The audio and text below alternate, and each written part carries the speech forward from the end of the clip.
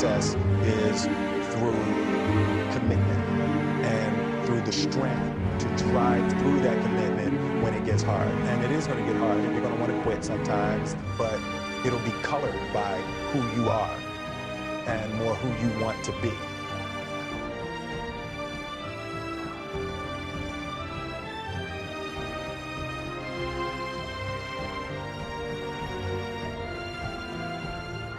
It's not about having more followers on Twitter than your friends. It's not about outdoing anyone. It's about how to outdo yourself. It's not about selling more books or getting more TED views than somebody else. It's about how to make sure that the work that you're producing is better than the work you produced before. You are your competition. And that is what ensures you stay in the game the longest. That is what ensures you find joy. Because the joy comes not from comparison, but from advancement.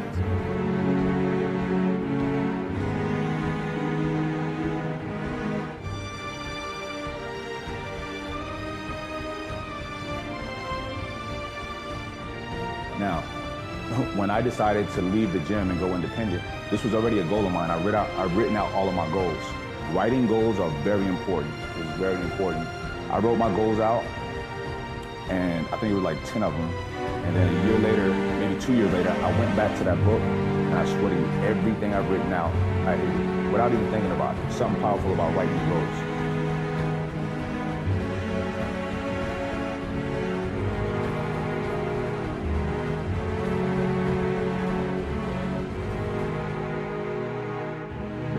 Make the right steps. And sometimes you have to back up and try again. And if you're in a position where you can't back up and try again, you've trapped yourself.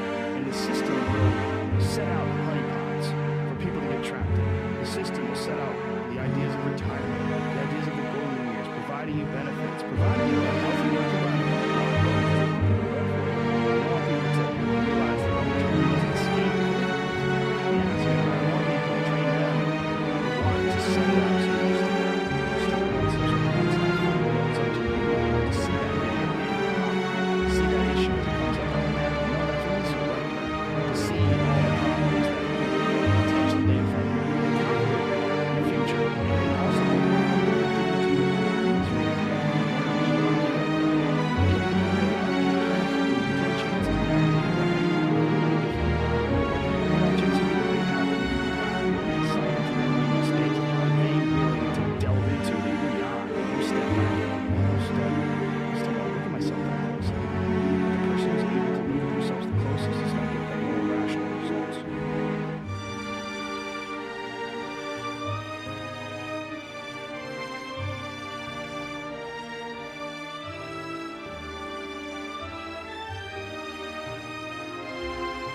you already know who you are. And that peace that we're after lies somewhere beyond personality. You're here for the seconds, physically miserable. Don't let anything stand in the light that shines through this. Risk being seen in all of your glory.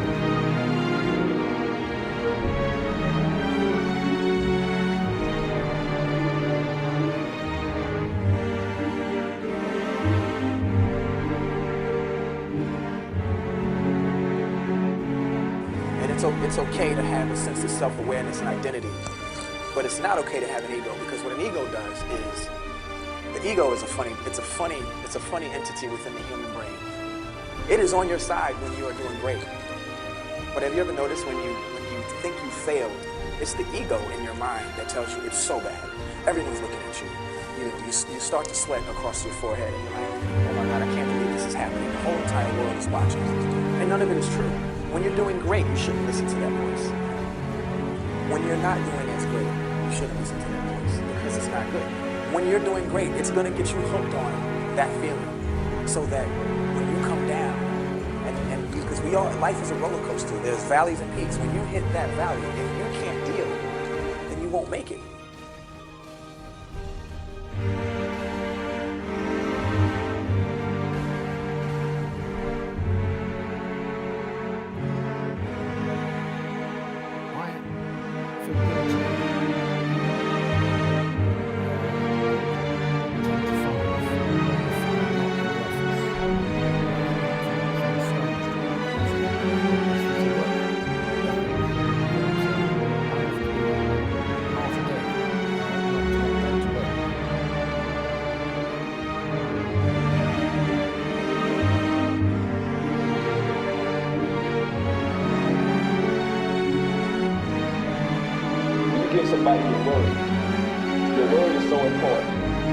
Once I gave him my word, I had to come. You know, I got a million other things I got to do, so I gave him my word.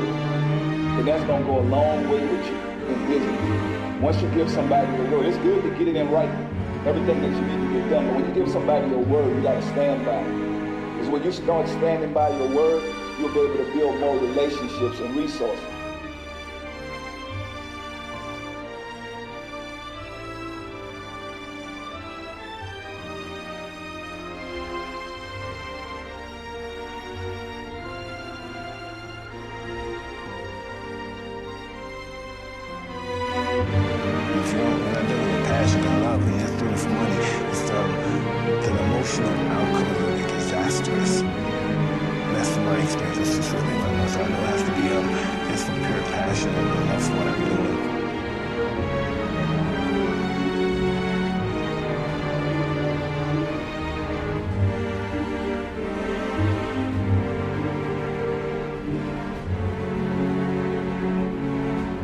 The separation of talent and skill is one of the greatest misunderstood concepts for people who are trying to excel, who have dreams, that want to do things. Talent you have naturally. Skill is only developed by hours and hours and hours of beating on your craft. There's no easy way around it. No matter how talented you are, your talent is going to fail you if you're not skilled.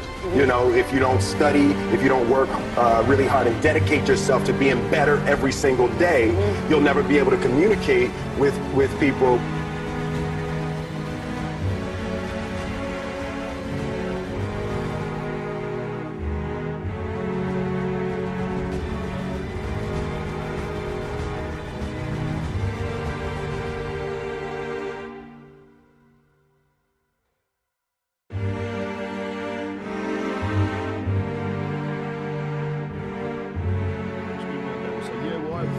So, you know, it's a great idea for you to just go out there and go crazy. How people support you. Stop saying it. Stop saying any of those things. Every single person who has ever done anything worthwhile or exceptional, extraordinary, anyone, whether it's great artists or authors or mathematicians or whatever the it is, everyone encounters difficulties. There is no reason why it does not exist. It is impossible. Everyone has issues. If you have time to pursue a hobby, if you have time to do anything in your life, you can better yourself. Here's one way you'll never better yourself. When you come up with excuses for why other people are successful, that shit is very dangerous. When you give yourself an escape, yeah, well, that's easy for you to say, you know, you do this, you do that. Trust me, everybody has a hard road. I wanted to jump out a window several times during my young life. I wanted to jump in front of a train and just end it because there's too much pressure. Not really. But you know what I'm saying. Theoretically. We all go through hard times. We all go through depression. We all go through doubt and moments in your life where it's really difficult and you're trying to figure out what your path is going to be. It's hard as shit. But instead of talking about the real podcast stories, that is what makes you a person. Those difficult moments where you build your character. Show me that you're great. Where's the sun?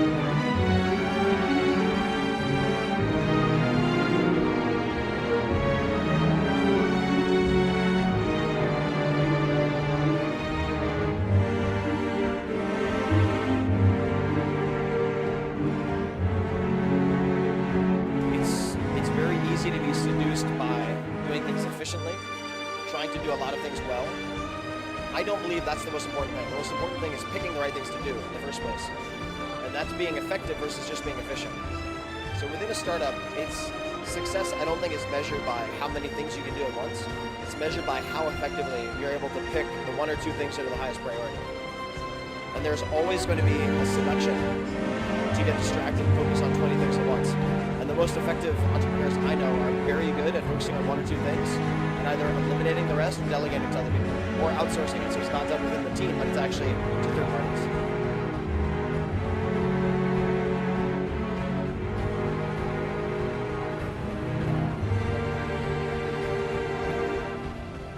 One of the things that I do before I go to bed at night is I make a quick list of the things that I know I have to deal with the next day. And I try to get those knocked out before noon. Because from noon on, it's kind of like the wild, wild west. I don't know what's going to happen. I don't know what new issue is going to come up. And so you want to really be smart about your time to knock out the things that you have to. Who do I have to talk to? What do I have to review? What do I have to do with the bank or an employee or the businesses? You want to get out what I would call the housekeeping. You get the housekeeping done in the morning, and then you get to kind of go farm the fields for the rest of the day. Part of the challenge, or part of the challenge for me at least, is that the lines get very blurry when the day actually shuts off. And that can present a challenge to personal life and friends and it's hard. The first part of the day is the focus.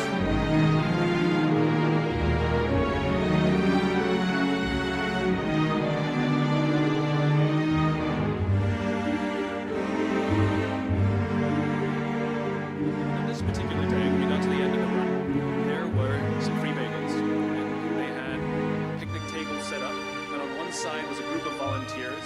On the table were boxes of bagels, and on the other side was a long line of runners waiting to get their free bagel.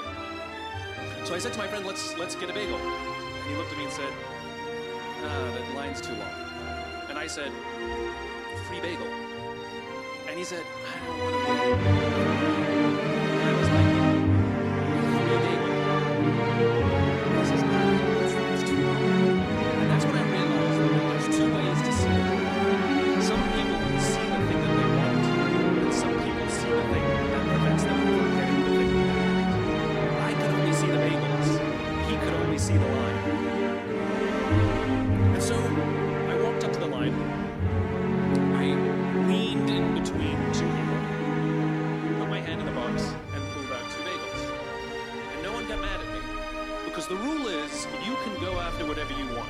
You just cannot deny anyone else to go after whatever they want. Now, I had to sacrifice choice. I didn't get to choose which bagel I got. I got whatever I pulled out, but I didn't have to wait in line. So the point is you don't have to wait in line. You don't have to do it the way everybody else has done it. You can do it your way. You can break the rules. You just can't get in the way of somebody else getting what they want.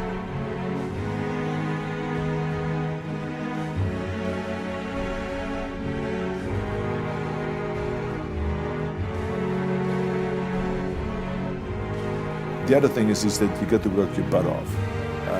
If you think that you're going to go and accomplish something really special and be the best in anything in the world, and you think you can do it without working, you make a big mistake. Because no matter what I did, if it was bodybuilding or in acting or if it was in the political arena, it always took a lot of work. And you got to put out, and you got to, something with a lot of sacrifices and all this. If you're not willing to work hard, forget about it. So there's another rule that is very important.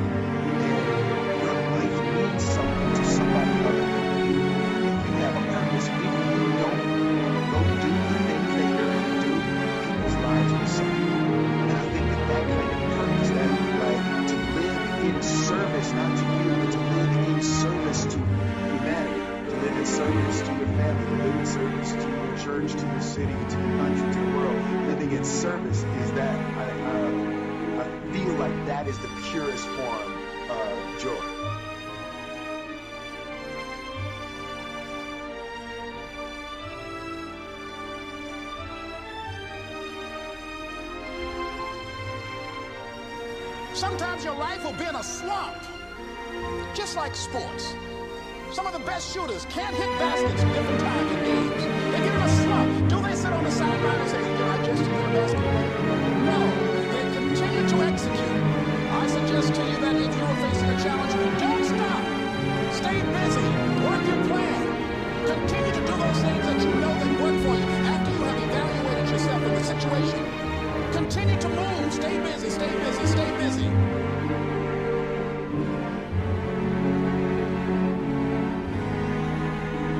You just have to have a total and complete passion, because there's going to be so many dark moments.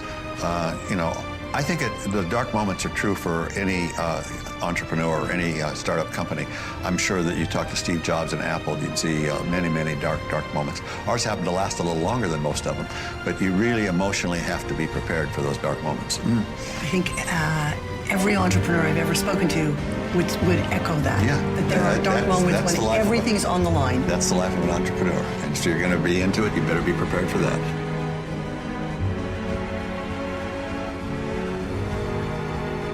You know, you have two choices in life, basically. It's basically to succeed or to fail, you know what I'm saying? And I've been the negative road and I've been the positive road, and I would never give up the positive road. Never. I would never. Even if, you know what I'm saying, if I was the biggest flop in the world.